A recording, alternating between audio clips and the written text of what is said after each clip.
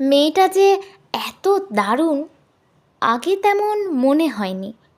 পাড়ায় থাকে, মাঝে মধ্যে আসতে যেতে দেখা হতো, দুটো একটা টুকিটাকি কথাবার্তা। শ্যামলা রঙের, বলা চলে কালো কুৎসিত, দেখতে শুনতে এমন কিছু আহামরি না।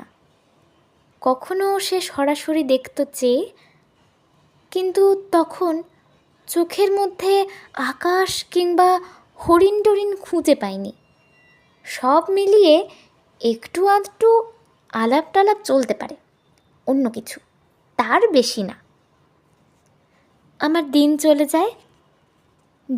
চলে যায় নানান কাজে। ক্রমে ক্রমে একা হচ্ছি, অনেক ভিড়ের মধ্যে একা। বেশ কিছুদিন আসতে যেতে দেখা হয় না, ভুলেই গেছি একটা মেয়ে প্রতিবেশী। সেই মেয়েটা আছে কি নেই।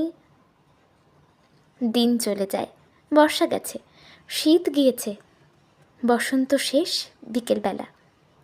ঝিলের ধারে আগুন রঙা কৃষ্ণচূড়া, এত আগুন, হঠাৎ ভীষণ ভালো লাগলো। বুকের মধ্যে একটু একটু রবি ঠাকুর নড়ে উঠল। আমাদের এই গ্রামের নামটি খঞ্জনা, আমাদের এই নদীর নামটি অঞ্জনা, আমার নাম তো জানে গায়ের 5 জনে। আমাদের সেই তাহার নামটি, সেই মেয়েটার নাম যেন কি?